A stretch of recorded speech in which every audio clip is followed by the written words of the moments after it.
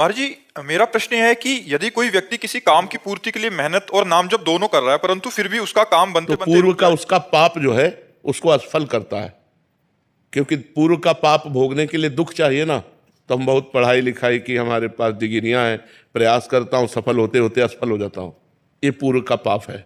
इसके लिए भजन और बढ़ाओ। कई बार हमने कहा जैसे हमारा पूर्व का पाप 500 ग्राम है, हमारा भजन 50 ग्राम है, तो 450 ग्राम अभी पाप ऊपर लदा है। जब हम इतना भजन करें कि 500 क्रॉस कर जाए, तब हमारा चमत्कार दिखाई देगा, तब जो सोचोगे वो होने लगेगा। तो हमें डट के भजन करना चाहिए, असफलता में निराश नहीं होना चाहिए। हमारे ही कर्मों का परिणाम हमें असफल कर रहा है, और भजन जितना बढ़ा दोगे उतना ही सफलता मिलती चली जाएगी। जी, जब पढ़ाई कर रही थी तो नौकरी की इच्छा थी, वो मिल गया तो अच्छा पार्टनर, वो मिल गया तो एक संतान, वो भी मिल गया तो और कुछ। महाराज जी, ये इच्छाएं कब और कैसे खत्म होंगी? जब तक भगवान नहीं मिलेंगे।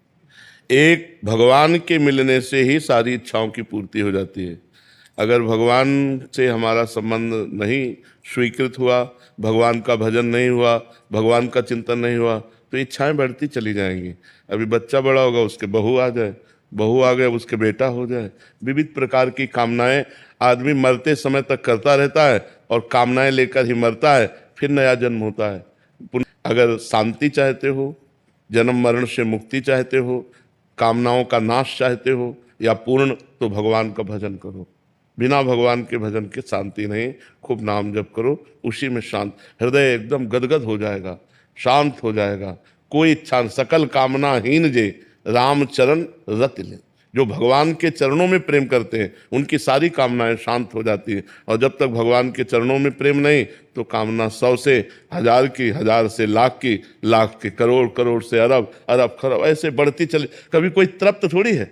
मान लो जो विश्व के माने हुए धनी हैं, उनके अंदर भी धन की और कामनाएं हैं, वो बड़ी लेवल की कामनाएं हैं। तो कामनाओं से कभी तृप्ति नहीं होती। कामनाओं को रोका जाता है भजन के द्वारा, और भजन करके भगवान की प्राप्ति करना समस्त कामनाओं की पूर्णता है। बिना भगवान के मिले पूर्णता नहीं होगी। लक्ष्मी शर्मा जी। राधा वल्लभ श्रीहरिवंश। महाराज जी, ईर्ष्या से बचने का उपाय?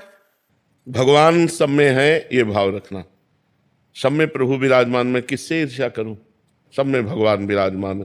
जब तक सब में भगवान विराजमान है, ऐसी भावना नहीं करेंगे, भजन नहीं करेंगे, तब तक काम, क्रोध, लोभ, मोह, मद, मत्सर, मत्सर को ही ईर्ष्या कहते हैं। मत्सर, मेरे से आगे निकला जा रहा है, ये देखकर जलन होना, उस जलन का नाम ईर्ष्या है। नाश वही कर पाएगा जो भजन करेगा, नहीं उसका नाश ये कर देंगे। ये क्षय विकार नरक ले जाने वाले हैं, ये क्षय विकार पतन कराने वाले हैं। इसलिए भगवान का नाम जप।